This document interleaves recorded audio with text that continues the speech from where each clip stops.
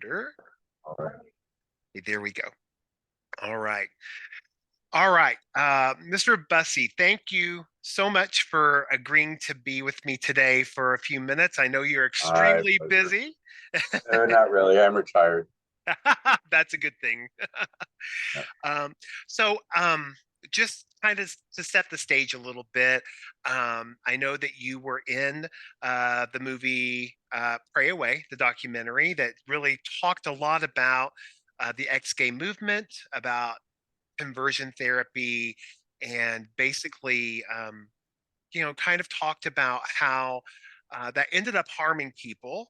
Um, I already told you this, but I appreciate your heart and your sentiment and how you shared things in that movie, and that you could really sense that you kind of you felt an obligation, Sure. and kind of some remorse as far as what had taken place, Yeah. and so that really does ring through the movie, and so that's appreciated. And Cool. so the purpose of us chatting today is I am in an MDiv program at Phillips Theological or Seminary in Tulsa, where I go from time to time. I do most of the work remotely, but and I'm in a class right now called Theory and Practice of Spiritual Care. And my final paper, I have decided to write about the topic of spiritual trauma in the LGBTQ plus community. And so I would like to ask you some questions, not only about Exodus and conversion therapy and things involved with that, but um, I, I I know that you're very knowledgeable and very experienced in uh, church world and the religious world from the background that you have. So some of the questions will kind of go beyond the pray away topic and conversion therapy, because I really respect what you have to say. I think it would be very helpful. Cool. So the first question I wanted to ask is, that you are featured in Pray Away. Can you elaborate a little bit beyond what was said in the movie and the documentary about the impact that Exodus had on its participants? You bet. Now, Pray Away is the most recent look at this whole topic, but me speaking out about reparative therapy and talking about the harm that it does, that goes back several decades. Exodus was formed in September of 1976 at Melodyland Christian Center. Um, I had started a very kind of under wraps or kind of undercover Bible study group at church at Melodyland with the blessing of the pastor. He offered us I approached him and I said, I noticed in the program there are programs for single parents, there are ministries for people recovering from drug and alcohol abuse, um, people who dealing with grief, all sorts of single parents, all kinds of special interest kind of Bible studies and support groups, but nothing for people who have. I don't think I used this term same sex attraction. That came later after I left. I just said people who struggle with homosexual feelings or something like that. And I said, I noticed there's nothing like that here at the church. And he said, well, maybe God's calling you to do that. The fact that you see a need, maybe that means that God is touching your heart and you need to. And I told him, well, I'm committed to overcoming it, of course. And, I'm not acting on it. It's temptations, but I know that there's really no place for people like me to go and talk honestly about what's going on with them and try to find some sort of balance between their faith and their feelings. So he provided a room off the fellowship hall. Really, it was a room at the Hotline Center next to the church where I was volunteering, and he offered that room. And just by word of mouth, I'd already met a few gay Christians where we kind of came out to each other kind of secretly. And I told them. And so it started with about 6 to 8 of us, and we get together every Tuesday night. And then that grew in word of mouth. And so could I invite a friend of mine who goes to another church in Orange County? So gradually it grew. We had probably on the average of about 18 or so guys, only guys initially. I don't know exactly why that was, maybe because I was a guy and just other guys telling each other. Um, but the emphasis then wasn't so much on change and trying to deliberately change orientation. It was more about just studying, sharing our faith, sharing our struggles, praying for each other, maybe sharing some insights on how we dealt with temptations. We'd go around and talk about how was your week. I was going through a master's program in counseling psychology at Cal State Fullerton at the time. I'd already completed a bachelor's in cultural anthropology there. And I wanted to go on to be a marriage and family therapist or a school therapist. And so I was pursuing this master's in what they call counseling psychology. So it's different than research psychology. It was the more applied practice, counseling techniques, active listening, gestalt, psychodrama, how to do an interview, how to obtain a history, family systems theory, things like that. So that's how I got to work at Melody Land just as a volunteer. I thought, well, I can use what I'm learning at college and I can combine that with my faith. And so I felt relatively comfortable running such a group, a support group, because we kind of had to do it as part of our studies. Also, kind of patterned it after friends I knew who were in recovery from drug or alcohol abuse and studying AA and how AA meetings were run, confidentiality, staying out of politics, not taking public positions on other issues, things like that. So very much like AA. But we were going to a church that believed in the power of prayer and a particular kind of faith that many have referred to as name it and claim it, Yeah.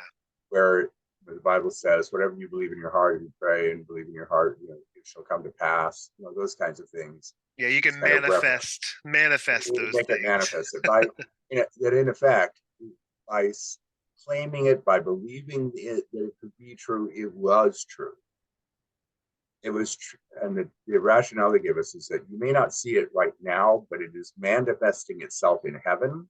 Oh, The changes and the healing is happening in heaven. So say, well, the Bible says we are healed, but I still having this. And they say, well, that means that the work is done because of Christ's sacrifice on the cross. You may not see it manifested right away. And part of walking in faith is, praising God for small victories and learning to put it on the full arm. Oh, this all that stuff. So we thought, well, as an outcome, as a byproduct of following our faith, God would, why wouldn't he?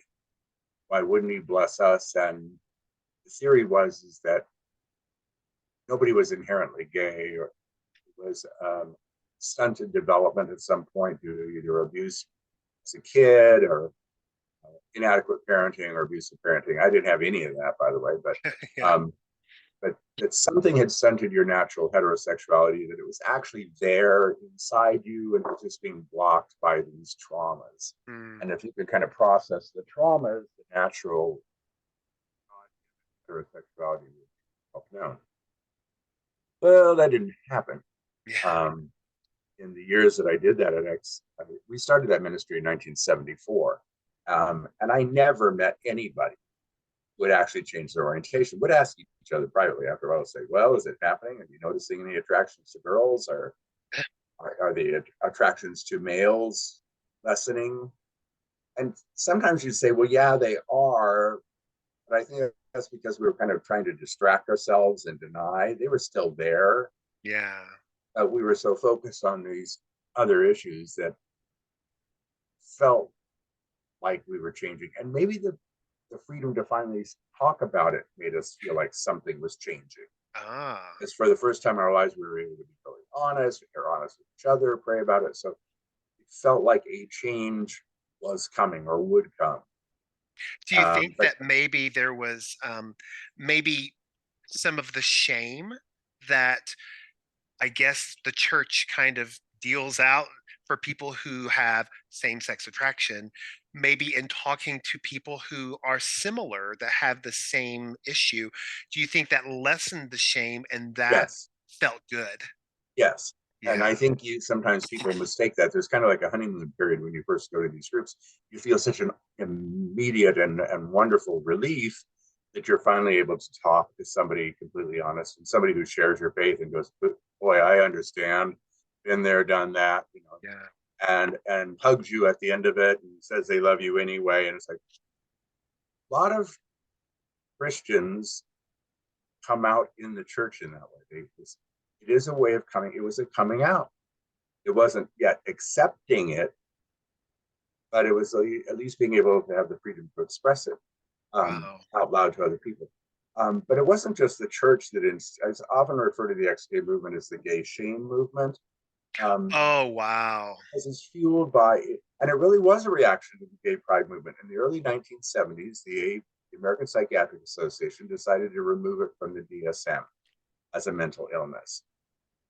And gay pride was growing, and Stonewall had happened, and there were gay pride parades. So it was becoming much more visible, um, and gay pride. And I thought, well, we're Christians and we believe that it's sinful, so we can't really have gay pride. So it wasn't just the church that was giving us a sense of shame. The whole culture was. I mean, Oh, I, yeah. I grew up at a time. I was born in 1953. I grew up at a time when there were absolutely no positive gay role models. Nobody on TV, nobody in the media.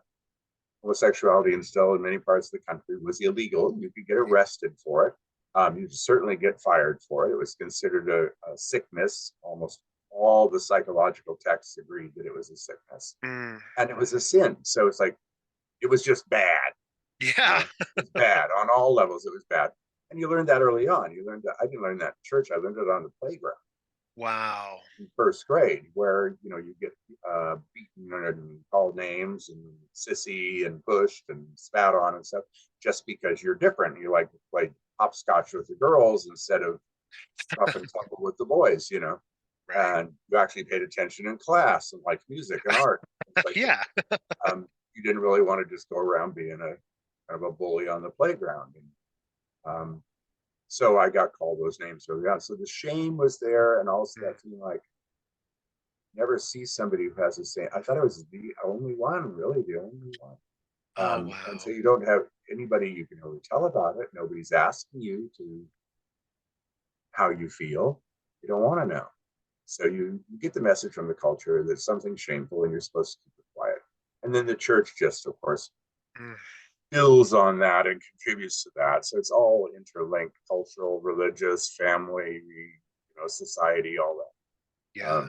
So yeah, the shame is the big motivator. Um, and then there's this hope that's being offered to you that you can be like other guys and you can get married and have children and your family will accept you and the church will accept you and you can even rise to ministry because you're straight. They're not going to ordain a gay person. You know? um, so yeah, there's that sense of relief. But then you start noticing that these weekly meetings turn more into confession periods than Oh, they do victory periods. It was, and almost with I hate to say this, but kind of a sexualized fascination with hearing how all the other guys or other guys in the group fell that way. yeah. Yeah. I could Like, see that. yeah, it's like, well, how was everybody's week? Oh, I had a really bad one. I was feeling kind of lonely and went to a bookstore downtown. Then there was this very handsome guy, and he started doing this and that, and it's like everybody kind of leans forward, like, really? Yeah. Right. So tell me Yeah. more. Right. And it's kind of a lurid sort of thing. And I thought, well, that's not, you know. And then you didn't hear anybody saying that, gee, I felt a lot less of it this week, or I felt I started having this attraction to this girl. And even if you did, if you had an attraction to a girl, you took that as a sign of success, and instead of just maybe that she's a nice girl, Right. and you kind of like being with her, and she's a friend. I mean, Yeah. um, and that's the way it was with my wife. People ask, why did you get married to her if you knew that you had gay feelings? And that's because I loved her. Yeah. She was the favorite female I knew in high school. We were in Best choir friend. together. We were very best friends. We told each other everything. We both kind of felt like outcasts a little bit. Mhm. She wasn't the prettiest girl in class, and I wasn't the most macho guy. And we started dating. We thought, well, why not? Let's go to the movies together. Let's go to dinner or something. And I thought to myself, well, maybe this is what straight guys really feel, and they make up a lot of that sexual stuff just to act tough. Oh. Maybe they feel the same way I do. Maybe it isn't that sexual for them either. So I took that as a sign that I was changing and that God had brought, and people would say, well, maybe this is the one. Maybe God is leading you toward the right person. So I postponed the wedding twice, told her I needed to feel more confident, but then a pastor, a counselor actually said, maybe God is waiting for you to take that final step of faith. Mm, That in obeying him and making it into a marriage, maybe that is the final thing. mm. And maybe then God's going to bless you. So we entered into it in good faith. But I noticed all the guys in the ministry, many of them were getting more and more depressed, more and more self-loathing. Some of them actually expressing suicidal thoughts, Mm. engaging in very risky behavior. One guy, the one that really broke my heart, was a client who told me that he had fallen, he'd gone home with somebody one night stand, and immediately after that went home and slashed his genitals with a razor blade and poured Drano Oh, on the room.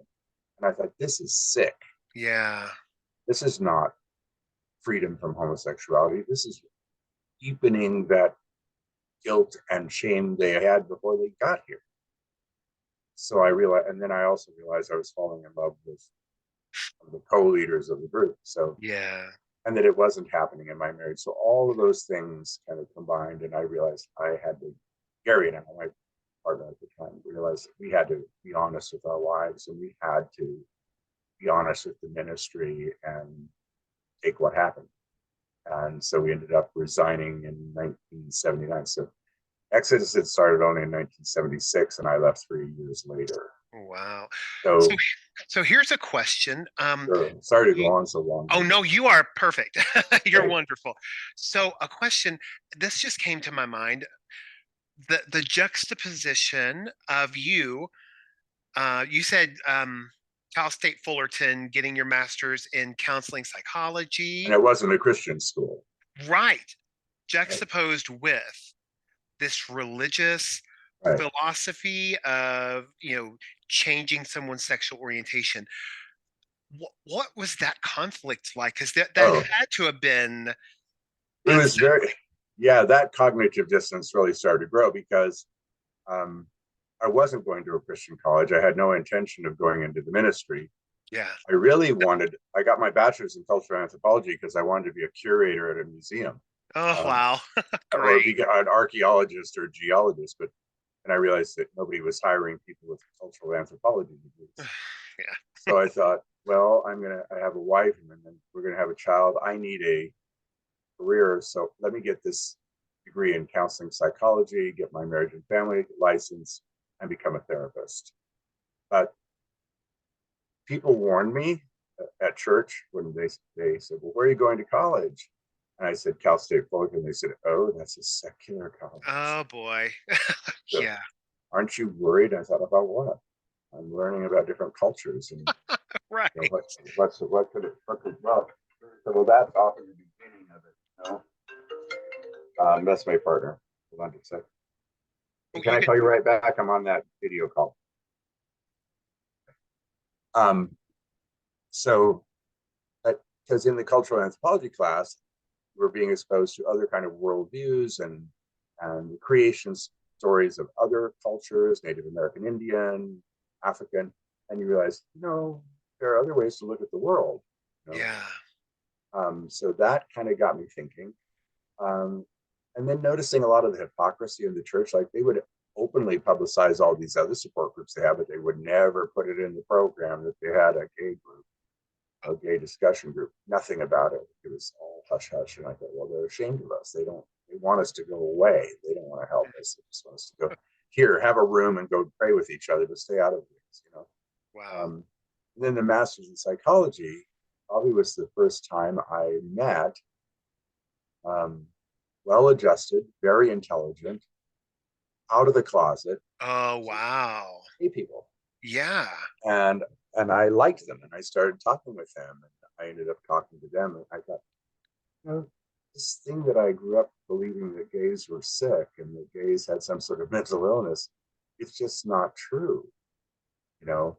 Um, that's not how human sexuality develops. And taking those master's level courses where you had to look at research studies and look at treatment outcome studies and things like that.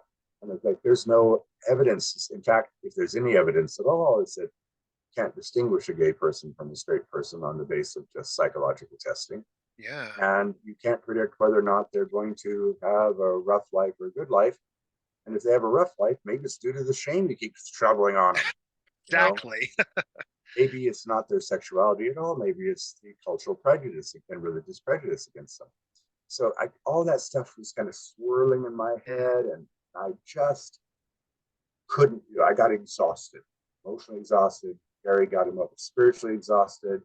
I started seeing things in the Bible I'd never seen before, like things in the Oh, Old Testament where God supposedly ordered some atrocity or genocide or whatever. And I thought, what? yeah, You know, exactly.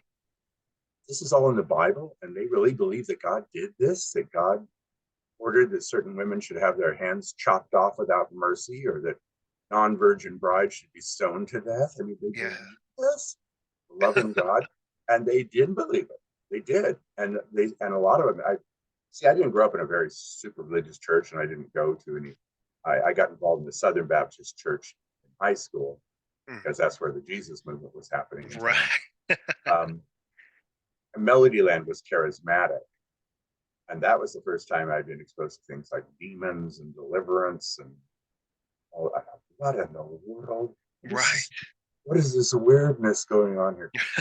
Casting demons out of Christians, the demon of homosexuality, and holding Exactly. people down against their will, and Yeah.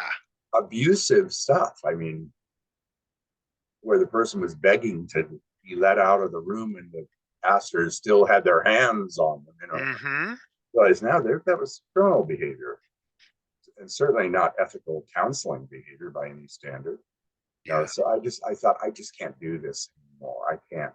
And I realized it was hurting a lot of people, wasn't helping anybody. So Gary and I went silent for about 10 years. We didn't Mm, really speak out about it. We just focused on raising our kids and forming our own relationship and dealing with the divorces and getting our careers going, getting a normal life. wow. Um, then AIDS hit, and we felt a responsibility to speak up because that was the time that a lot of the moral majority, um, Anita Bryant, John Briggs, Lou Sheldon, anti-gay campaigns. Yeah. Gary looked at me one evening, we were watching news, and says, these people are crazy. He says, we know better than this. We've seen it firsthand. We need to speak up. Ah. And I said, are you ready for that? You really mean it? He said, yeah. So we contacted an attorney friend of ours, just a friend that we knew, and said, we want to make a statement. He said, would you make it on camera? And he said, yes. So he just did it in his office. Well, I didn't know that that was going to hit the wires, that it was going to go national and then use, former founders of, Gary and I were two of the original six founders of, two of the founders of Exodus denounced it. That was big news. And so we got started getting calls from Jerry Springer and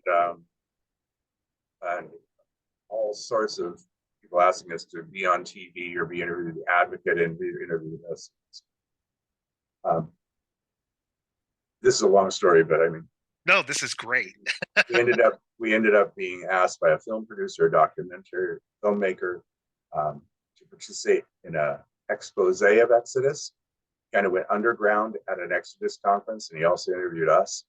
That was called One Nation Under God. That came out in 1993. Um, and opened at the Castro Film Festival up in San Francisco during Gay Ooh. Pride. That was a real jolt to Exodus because that was the first time they actually had anybody exposing what they were doing. So there Wow. was that in 1993, and then in some years later, um, Gary and I got invited to be on the Joan Rivers show and told our story there.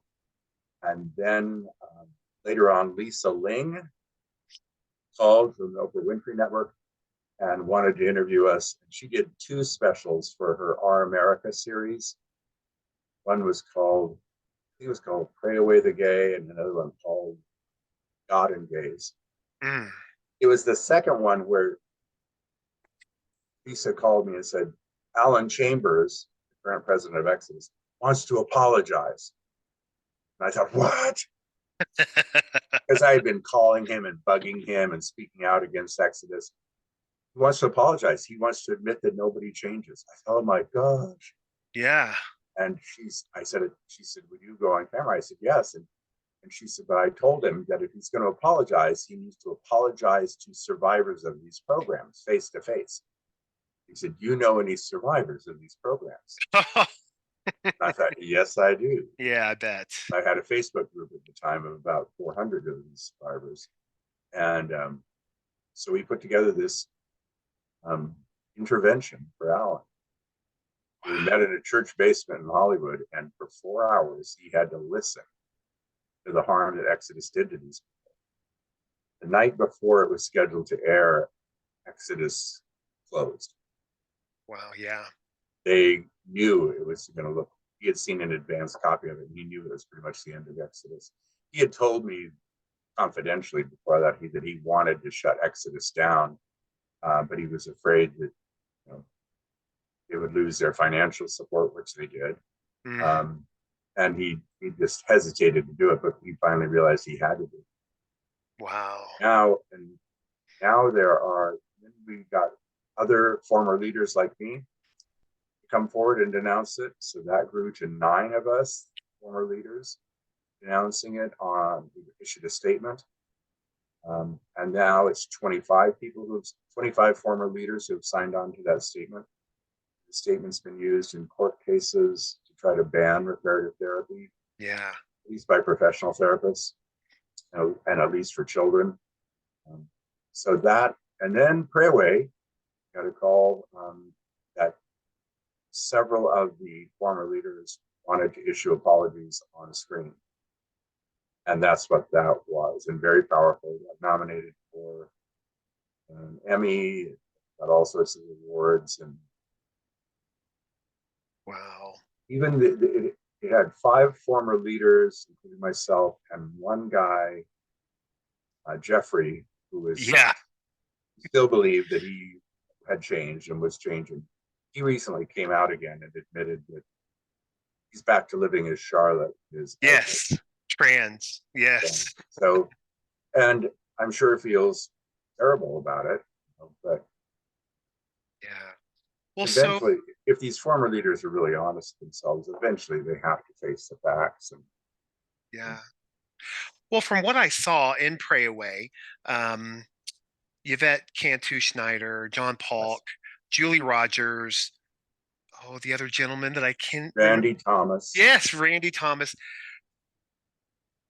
could not, and you could not have been more genuine and sincere. I mean, just, you know what I mean? it was hard for them to do it. I really give them a lot of credit for doing Really. it. Now, our experiences were different.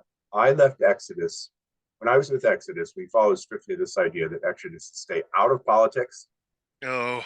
no politics, and no money. It had to be strictly volunteer. Mm. No salaries, no fundraising, Ah, no so you didn't get rich off of Exodus, huh? no. It Which was I'm all sure, I yeah. lost. It was all like you buy the coffee to set up the coffee in the coffee maker. I mean, that was it. And Sounds volunteers familiar. helped set up chairs in the fellowship hall. Yeah. Um, we might take a lover offering to buy more styrofoam cups for the next meeting, or print up a little brochure or something. But that was about it. No, we actually had this agreement that we would not accept salaries, and we would stay out of politics because we didn't want our testimonies to be used to try to deny gay people equal rights under the law, because that's not what we were about. weren't Gotcha. anti-gay. We weren't trying to Uh, prevent gays from getting. But Exodus, when I left in 1979, Exodus was starting to associate with groups like Focus on the Family and far right political groups who used their testimonies to raise money, yeah. raise votes for very conservative candidates, really politicized and monetized the whole thing. And I think just totally destroyed it as a ministry. Yeah. Um, I told Alan that. I said, if you guys had just stayed a support group, probably eventually everybody would have realized that they were still gay and it really would have been a support group. Yeah. But I'm glad I got out before Vet and Randy and John, the others that were on the pray away, they went through that awful time when it was wrapped up in money and politics. Oh, wow. I'm So glad let I me, got out before that happened. yeah. So let me ask you a question as far as, we talked about the impact that Exodus had on its participants. Yes. Um, and, obviously some spiritual trauma involved Oh with yeah. that Oh yeah. as a part of that ministry, if you will. Yes. Yeah. From your experience and your knowledge, what other sources of spiritual trauma exist for people in the LGBTQ plus community? Not exactly sure how to respond to that. Yeah, like I know that there are a lot of churches that are definitely not open and affirming, the majority, depending on the denomination. There's some that are outright hateful and rejecting, and then Yes. there are some that they consider themselves welcoming congregations, Yeah. which is bait and switch, in my opinion, Hmm. because they will welcome you like we welcome all people. We Hmm. welcome prostitutes and drug addicts and even people like you. We Yeah. welcome you, but we don't accept you as you are. You're expected to change and stay quiet. And no, we will not ordain you. We will not bless your marriages. We won't condone you in any way. So that's not much of a welcome. You know, No. it's certainly not full inclusion and affirmation. Um, I talk to men my age, and I'll be 70 this year, who are 40 years after leaving these programs, still dealing with episodes of religious guilt that are overwhelming to them. And I mean, Wow. after all, you're told that God loves you and blesses you and he will change you. But if you stop trying, you're going to burn in hell forever. Right. You can Uh, lose your salvation hmm. or at least expect judgment of some kind. And if you get sick or get AIDS, it's because you stepped out of God's protective circle of and that stuff. A lot of them just abandon their faith entirely. And to be real honest, I have trouble considering myself a Christian anymore because it has so many negative connotations. I Yeah. believe in the teachings of Jesus, especially as it relates to how we're supposed to treat other people in this world and kind of love and mercy and respect that we're supposed to extend to people, the idea that God is love. Like most of the rest of it, I've just had to unload like too much dead weight. Yeah. Um, and I don't usually use the word Christian much anymore because most of what I see passing as Christianity isn't very Christ-like anyway. Right. Did you find that to be an unsettling time when Oh yeah, you went away from those, I guess you would say, strict fundamental type yeah. beliefs, and then you started to consider, homosexuality isn't a sin, and no, this concept isn't a sin, and And what was maybe that the and like? maybe the and maybe the Bible is not infallible.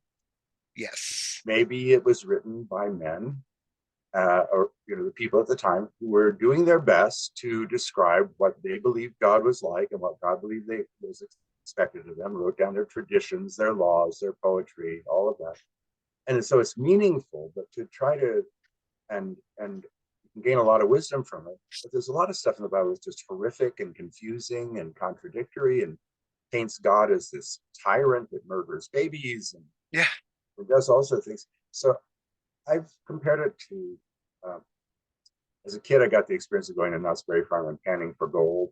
Oh, A lot of people did that, and and panning for gold is sifting through a lot of dirt and a lot of mud and unclear water to get those little nuggets. And so I kind of engaged in a sifting process after a while, like, well, that makes sense. That fits with God as love and merciful. I'll keep that, you know. But this other stuff, I just can't. I can't jive the God that I still have a eternal faith in and these ideas about God. I just can't. Yeah, I So know that when I started to do my research about the clobber passages, yeah, and realize I'm not an abomination to God. God loves right, me. God, at a minimum, allowed me to be this way, if not created me this way. right, right. Um, And I don't know, and I don't care, and anymore, I don't care if I don't know. exactly. And You know? that's something that was so difficult for me because, you know, in the denomination in which I was involved, we had these 16 fundamental truths that we must believe in order to be a Yeah, part yeah, yeah, of. And when I pulled the thread on the bottom of yeah. that Yep, I got sweater you. fell apart. Yeah, I got it. And then you think, well, am I still a Christian then? Yeah, what Oh, do I mean? Was Jesus a real person? Were Adam and Eve real people? And all of these things. And so it was a and does time it matter? to Does it matter really whether or not Adam and Eve were real people? Maybe there's another lesson that that story is trying to teach us. You know, exactly. Oh, stories aren't untrue. You know, they can be telling true things about people, about humanity, without being literally true. mhm. You know, somebody, where's that phrase? I take the Bible too seriously to take it literally. Yeah, exactly. Yeah. And yeah. And So, I've heard it but said that, I'm at peace with where I feel now. It may change again, you know. yeah. Um, and but I don't go to church anymore. I just I but I love certain kinds of church music, and I'm part of a chorale, and I love sacred music. I Oh, love going into a beautifully designed church and just, do I pray? Yeah, I guess I do pray when I'm in those spaces, or when I'm out in nature. I feel at one with God, or I'm okay with things being. The older I get, the more content I am with things not being so black and white. I found the same thing. And Yeah, where it's okay to not know. how much peace that brings Yeah, rather yeah, than that guilt and that anxiety. right. What is the correct answer? You better get this right or else. Yes, You know, like, no, I don't exactly. want Well, let me ask you this question. Um, how can we help the LGBTQ plus community avoid spiritual trauma? I mean, I guess someone could say, well, never go to church, never do anything religious, never, you know what I mean? What, but if someone is interested in a faith journey of any kind, a spiritual journey, what kind of advice would you give them if, so they can avoid the pain? well, I don't know if they can completely avoid it. Mm. But I'm just trying to think what comes to the top of my head. One would be to take a religious studies course, um, but not one sponsored by your own church. Take a Oh, legitimate, take a legitimate religious studies class where you learn about the major world religions and the history of them, where you study myths and other worldviews, other creation stories, other. It's where my bachelor in anthropology comes in handy. You know, branch branch out. Go to an affirming church, even if you don't really like to go to church or want to go to church. Go to an affirming church, truly affirming church. My partner Scott and I were married at, and the pastor was a wonderful woman and a very inclusive and affirming church, historic church in town, beautiful architecture, and wonderful outreach to the community.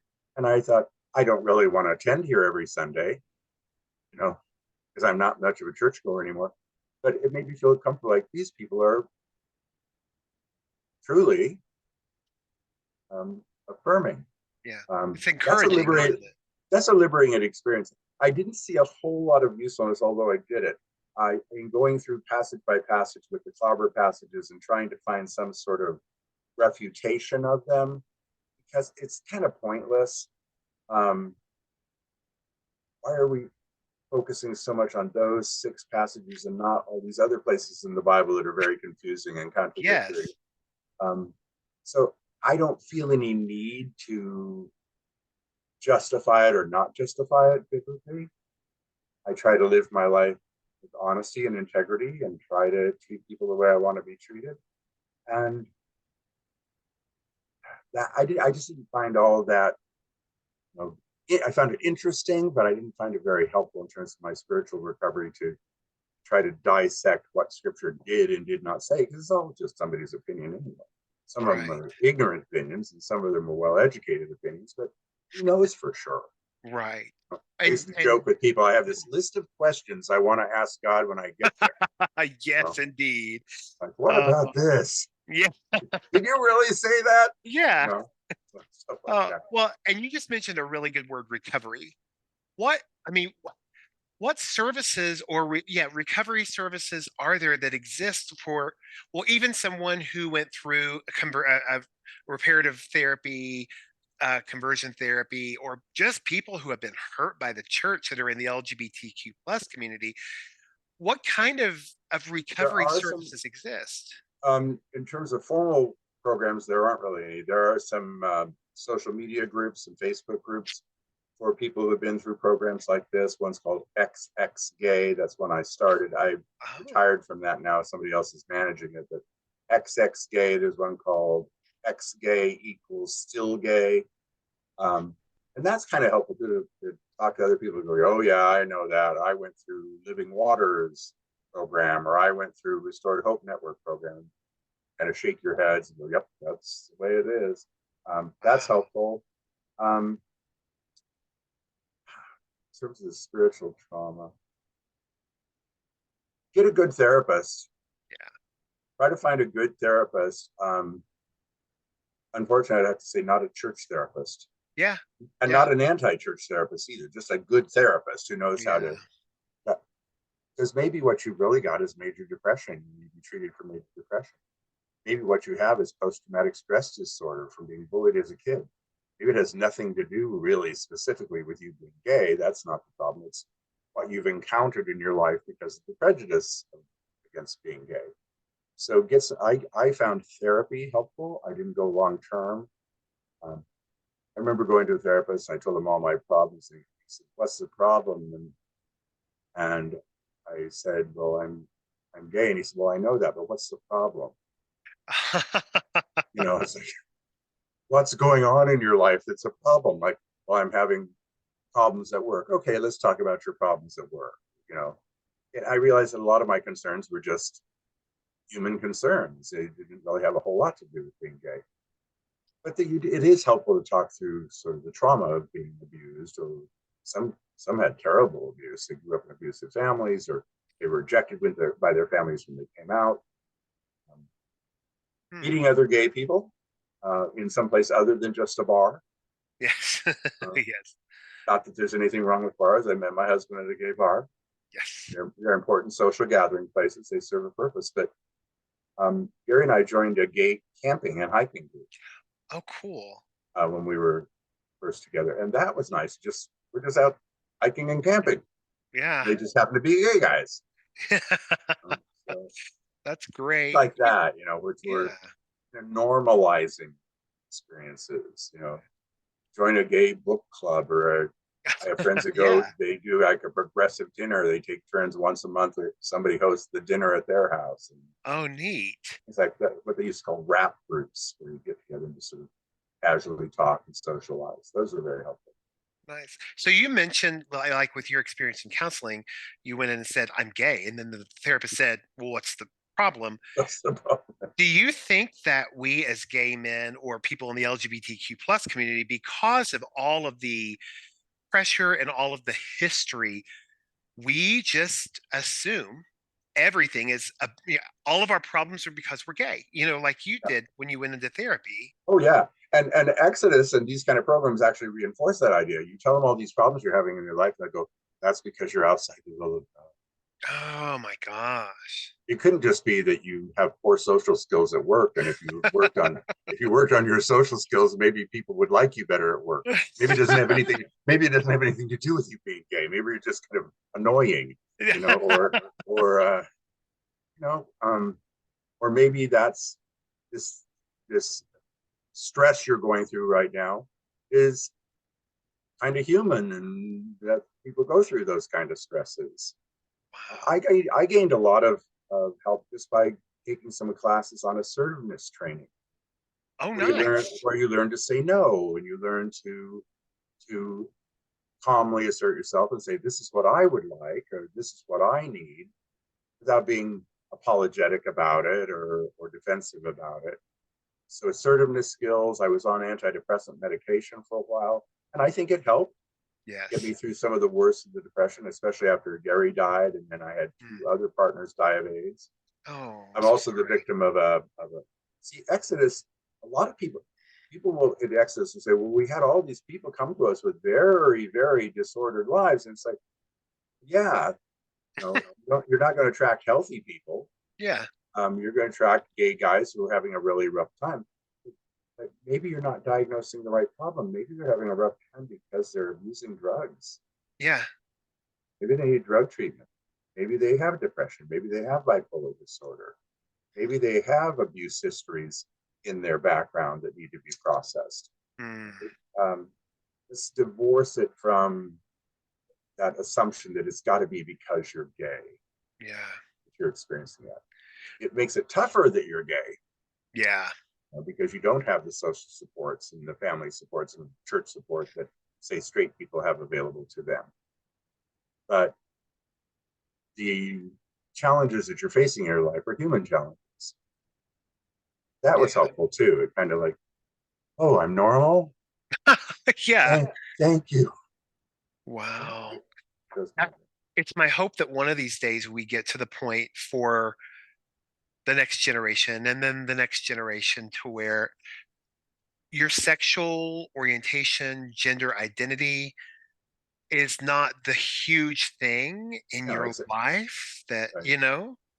that it's Well, just, yeah. people would say that's not all there is to your life, and in a weird way, it is, because I'm always gay. Yes. Whether I'm doing volunteer work or cooking dinner or going for a walk, I'm a gay guy going for a walk. I mean, I don't stop being gay when I'm doing other things. When I'm not Right. doing gay things, I'm still a gay. I'm still a gay man all the time. Um, so I don't know where I was going with that, but that's that idea that um, it is central to my life, and it is a huge part of it is my identity, and that's okay Yeah. for it to be a huge part of your life and your identity. I'm a proud gay man. That's who I am. My brother's straight, Yeah. you know? And it's a central part of his life that he's straight. And, Yeah. And it's amazing. There's that balance, that tension between mm, it being all encompassing yeah, and it just being one slice of the pizza. You know what I right, mean? right, right, I'm a but, gay guy. I like watching football. I like right, to go fishing. I also like to bake. I also right, like, right, right. flowers. And, it's just some part of who I am, Yeah, you know?